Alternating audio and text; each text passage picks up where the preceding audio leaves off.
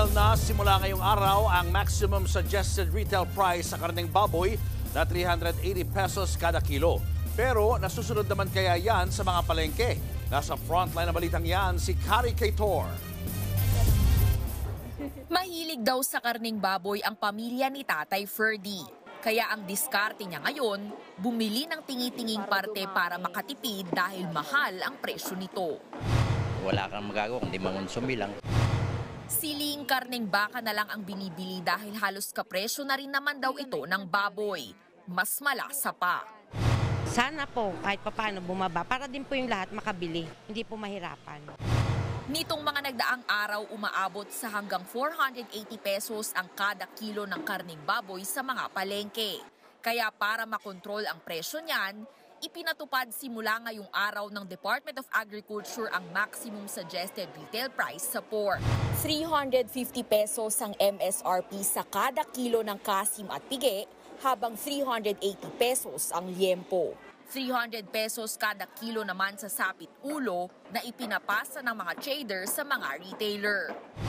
Hirap pa rin makasunod ang mga nagtitinda ng karneng baboy rito sa Murphy Public Market sa ipinapatupad na MSRP. Ang tanong nga nila, paanong ibababa nila sa hanggang 350 pesos ang presyo kung halos wala namang nagbago sa puhunan at nag-aabono pa sila sa laki ng nalulugi. Hindi na raw sana bababa sa 60 pesos ang tubo ng mga retailer. Nasa 310 po ang aming puhunan. Kung bigyan po nila kami sa puhunan na mababa, susunod po kami. Kung pipilit naman po namin, paano naman po? Siyempre may mga pamilya din kami. Maging ang mismong mga pork dealers sa mga palengke, wala pa raw mapagkuhanan ng mas murang baboy. Nakadepende talaga yan sa farm. Siyempre, kailangan din namin mag-mark up as a hauler. Katulad ko, biyahero ko, kailangan ko mag-mark up. Alangan naman na magnegosyo ako ng palugi.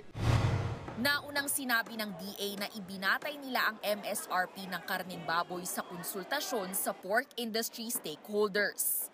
Makikipagtulungan daw sila sa trade officials, pati na sa kapulisan para sa pagpapatupad nito.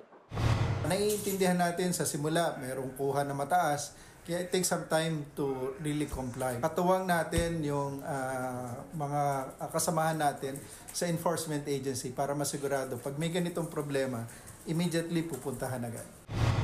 Nagbabalita mula sa Frontline, Kari Kaitor, News 5. Mga kapatid, Julius Babaw po. Iba na ang may alam at may pakialam sa panahon ngayon.